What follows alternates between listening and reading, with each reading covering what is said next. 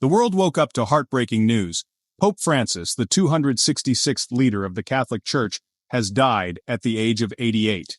His passing on Easter Monday, a day already soaked in spiritual symbolism, sent shockwaves through the Vatican and beyond. Church bells tolled across continents as millions paused in prayer and mourning. The man who spoke softly but carried the spiritual weight of 1.3 billion followers was gone.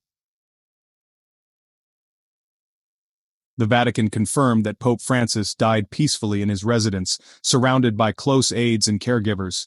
His health had been in visible decline for months, and in recent interviews, he subtly signaled that his time might be drawing to a close. Still, for many, the loss feels sudden, like a guiding light abruptly extinguished. Almost instantly, tributes poured in. Leaders from around the world, both secular and religious, offered condolences. President Biden, a devout Catholic himself, called Francis a moral compass in a world often adrift. UN Secretary-General Antonio Guterres praised his relentless advocacy for peace and human dignity. In Brazil, Argentina, the Philippines, and countless other nations, people gathered in public squares, lit candles, and prayed. From mosques and temples to synagogues and secular institutions, the moment transcended boundaries. Pope Francis was not just a religious figure, he was a symbol of humility and power, a reformer in an ancient institution, and a voice that spoke to more than just Catholics. But beyond the mourning lies a question echoing through the marble halls of the Vatican: what now? The Pope's death marks the beginning of a sacred and structured transition known as the Papal Interregnum, the time between the death of one pope and the election of another. It's a tradition that stretches back centuries, and yet in today's digital age, it unfolds under the constant gaze of the world. Flags at the Vatican have been lowered to half-staff. Swiss guards have taken ceremonial positions, their stillness echoing the silence that has descended over St. Peter's Square. Crowds are already forming. Many remember 2005, when millions came to honor Pope John Paul II. Now, they return again not only to grieve but to witness the turning of a historic page. Pope Francis's death is more than the end of a life. It's the closing of a defining chapter.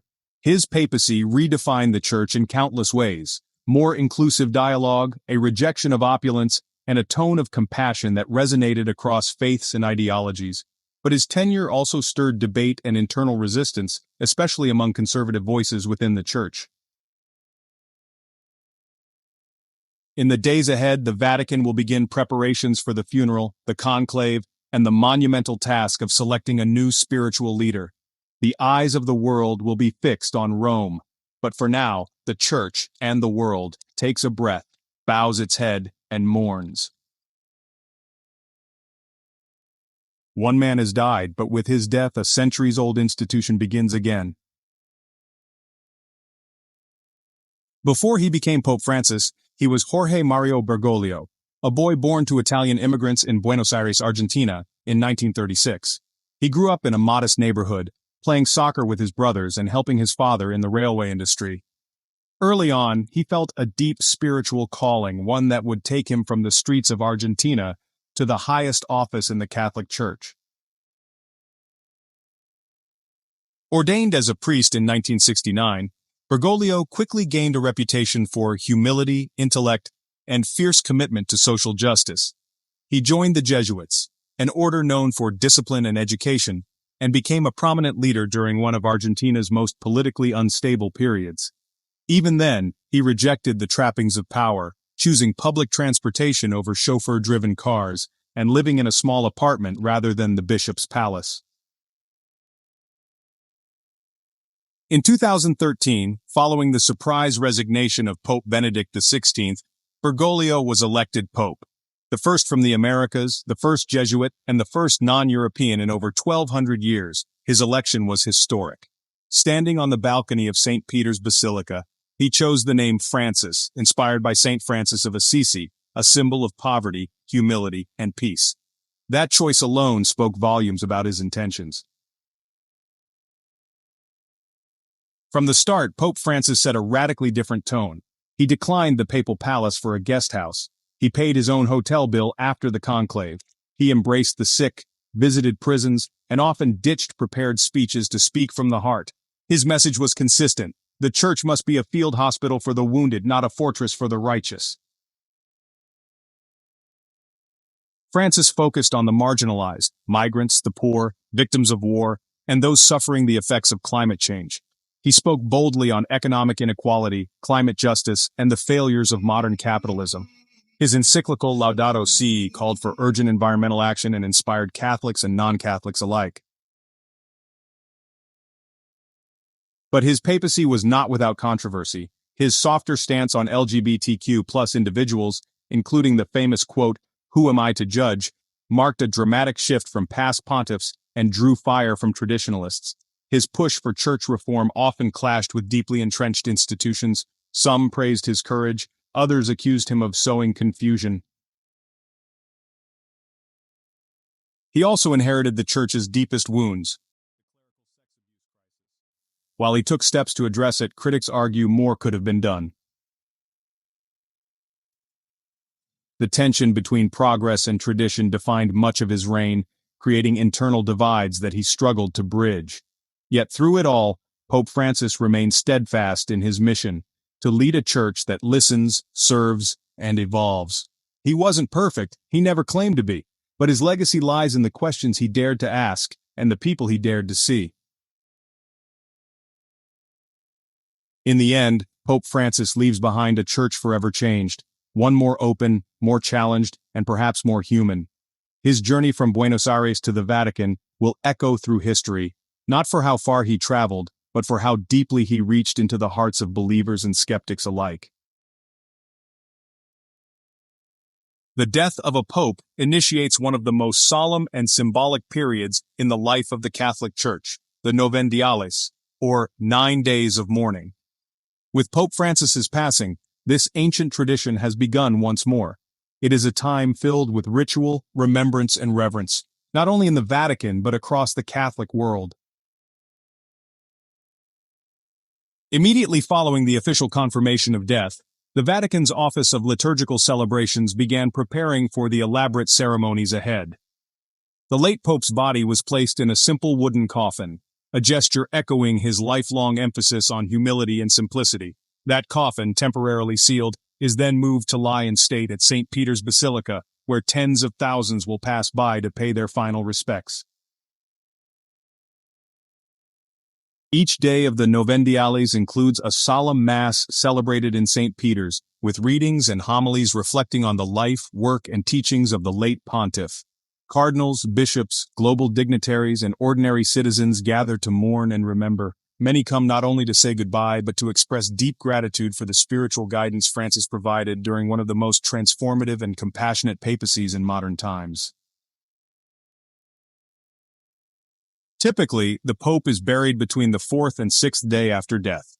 Although many pontiffs have chosen to be laid to rest in the crypt beneath St. Peter's, Pope Francis, true to his values, requested to be buried at Santa Maria Maggiore, one of Rome's 4 major basilicas and a church deeply personal to his spiritual journey.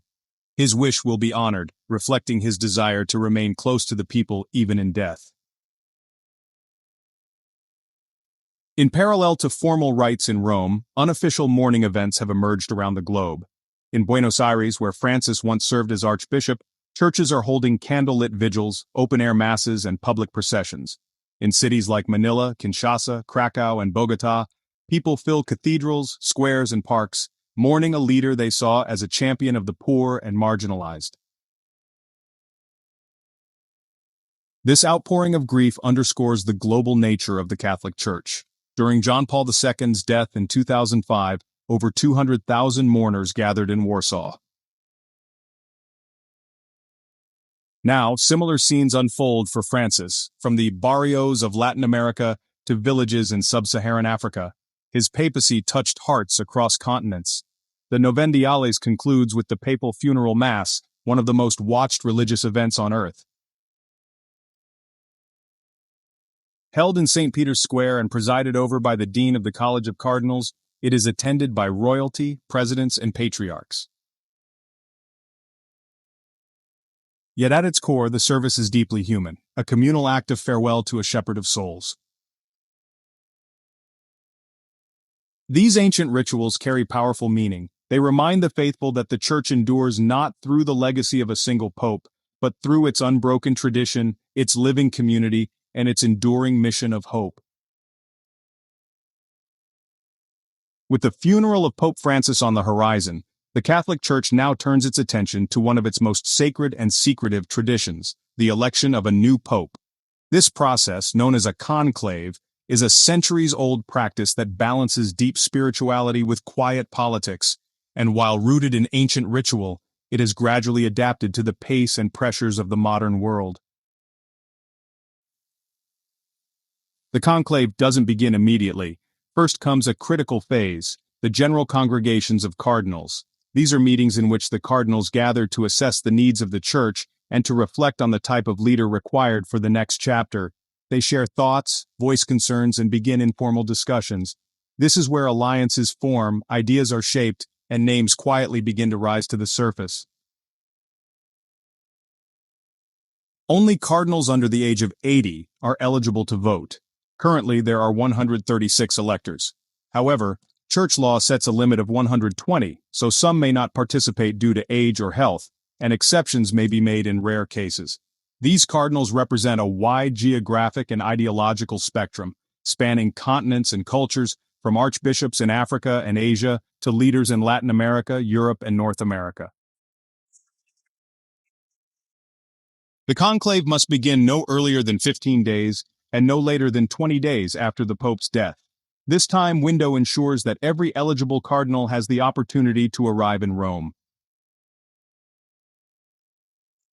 Once all are present, they are formally sworn in and ceremonially sealed inside the Sistine Chapel, the sacred setting where the votes take place. Before entering the chapel, the cardinals take a solemn oath of absolute secrecy. No one is allowed to communicate with the outside world. No phones, no emails, no notes. Security is airtight. The chapel is swept for electronic devices, and signal jamming systems are activated to protect the sanctity of the process. What happens inside stays inside. Each voting session can consist of up to 4 ballots per day, 2 in the morning, 2 in the afternoon. Each cardinal writes the name of their preferred candidate on a small paper ballot. The ballots are folded, collected, and placed onto a plate, which is then tipped into a chalice on the altar. After counting, the papers are burned. If no pope is chosen, a chemical is added to the fire to produce black smoke. But when a cardinal finally secures the necessary 2/3 majority, something extraordinary happens. White smoke rises from the chimney, signaling to the world that a new pontiff has been chosen. This transition phase is both practical and prayerful. As the world watches and waits, the Church reflects deeply on its future. The conclave is not just about filling a position, it's about discerning the soul best suited to lead 1.3 billion Catholics into a future shaped by faith, change, and global responsibility. Once the doors of the Sistine Chapel close behind them, the cardinals are sealed inside one of the most revered spaces in all of Christendom. The conclave has officially begun, a centuries-old ritual where divine guidance and human deliberation meet. What happens next is a blend of solemnity, strategy, and spiritual discernment shielded from public view but felt across the world. Inside the chapel, beneath Michelangelo's iconic fresco of the Last Judgment, cardinals sit in quiet contemplation, surrounded by centuries of papal history. There are no cameras, no phones, no digital distractions, just prayers, conversations, and ballots. Each man carries with him not just personal beliefs, but the hopes and fears of the global Church, entrusted to them by generations of the faithful. Technically, any baptized Catholic male could be elected pope, but in reality, the choice almost always comes from within the College of Cardinals, men already familiar with the Church's global machinery and spiritual burdens. Each cardinal, one by one, writes the name of their chosen candidate on a paper ballot, beneath the Latin words "Eligo in summum pontificem," I elect as supreme pontiff. After each round of voting, the ballots are collected, counted, and burned. If a pope has not yet been chosen, The smoke emerging from the chapel's chimney will be black, signaling to the world, not yet. The anticipation builds with each plume, and the crowds in St. Peter's Square respond with collective sighs or silent prayers. A cardinal must receive a two-thirds majority to be elected. With 120 voting cardinals, that means 80 votes are required. Achieving that number can take time. Often there are competing visions. Some want a traditionalist to reinforce doctrine. Others seek a reformer to engage the modern world. These differences can lead to days of deadlock, hushed debate, and strategic shifts. After the fourth day of inconclusive voting, the conclave pauses for prayer and reflection. This scheduled break serves as a reset, a moment to remember that this isn't a political contest, but a sacred calling. The goal is not victory, but discernment.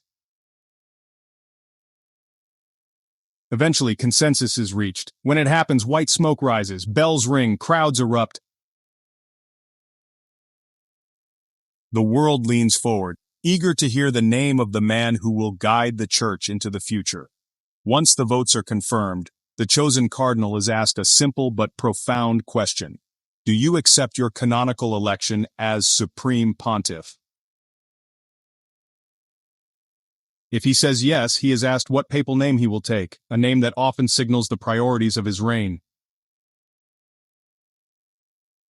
The new pope is then led to the Room of Tears, a small chamber beside the chapel where he dons the papal white cassock for the first time. The name says it all. It's a moment of immense humility, emotion, and gravity. Soon after, he steps onto the balcony of St. Peter's Basilica. A cardinal proclaims, "Habemus Papam," we have a pope.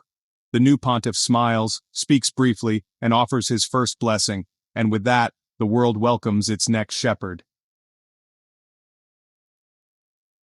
The election of a new pope is not just a ceremonial changing of the guard, it's a deeply consequential moment that shapes the spiritual and moral direction of over 1.3 billion Catholics around the world. It signals how the Church plans to respond to the pressing issues of our time, and in the wake of Pope Francis's death, the stakes could not be higher. Francis's papacy was transformative. He was a disruptor of the status quo, a voice for the voiceless, an advocate for the planet, and a challenger of rigid traditions. His legacy includes groundbreaking dialogue on climate change, social inequality, and the treatment of LGBTQ+ individuals within the Church. He sought to create a more open, accessible Catholicism, one that emphasized mercy over judgment, encounter over exclusion. But his approach also stirred divisions within the Church. Conservative factions accused him of diluting doctrine and confusing the faithful. Others embraced his style as a long-overdue course correction. As the cardinals now face the task of choosing a successor, they must also grapple with a key question. Should the next pope continue Francis's path or pivot toward tradition? This decision will affect not just Catholics but people of all faiths, and even those with none. The Pope remains a global moral figure whose voice carries weight on issues ranging from poverty and war to science and ethics. Whether you're a believer or not, the identity and values of the next pontiff will influence international conversations about justice, dignity, and the future of humanity. The Church itself faces critical challenges. Declining attendance in Western nations, a widening generational gap, and the ongoing fallout from the abuse crisis have deeply shaken its foundations. Meanwhile, Catholicism continues to grow rapidly in the global South, especially in Africa and Asia, where younger, more dynamic congregations are rising. The new pope must bridge these cultural and ideological divides, uniting a church that is global, diverse, and at times divided. There is also the personal dimension.